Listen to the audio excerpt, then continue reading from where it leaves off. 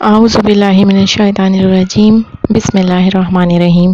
Dear listeners, السلام علیکم ورحمۃ اللہ وبرکاتہ. قرآن اور وظائف میں خوش آمدید.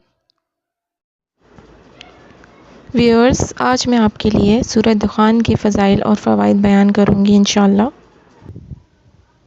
جو شخص بروز جمعہ یا دن میں یا رات میں سورہ دخان پڑھے گا، اللہ تبارک و تعالی جنت میں اس کے لیے ایک گھر بنائیں گے. نبی کریم صلی اللہ علیہ وآلہ وسلم نے فرمایا کہ جو شخص شب برات کی رات سورہ دخان کی تلاوت کرے گا، اللہ عز و جل اس کی 70 دنیاوی اور 70 اخروی حاجات پوری فرمائیں گے انشاءاللہ عز و جل.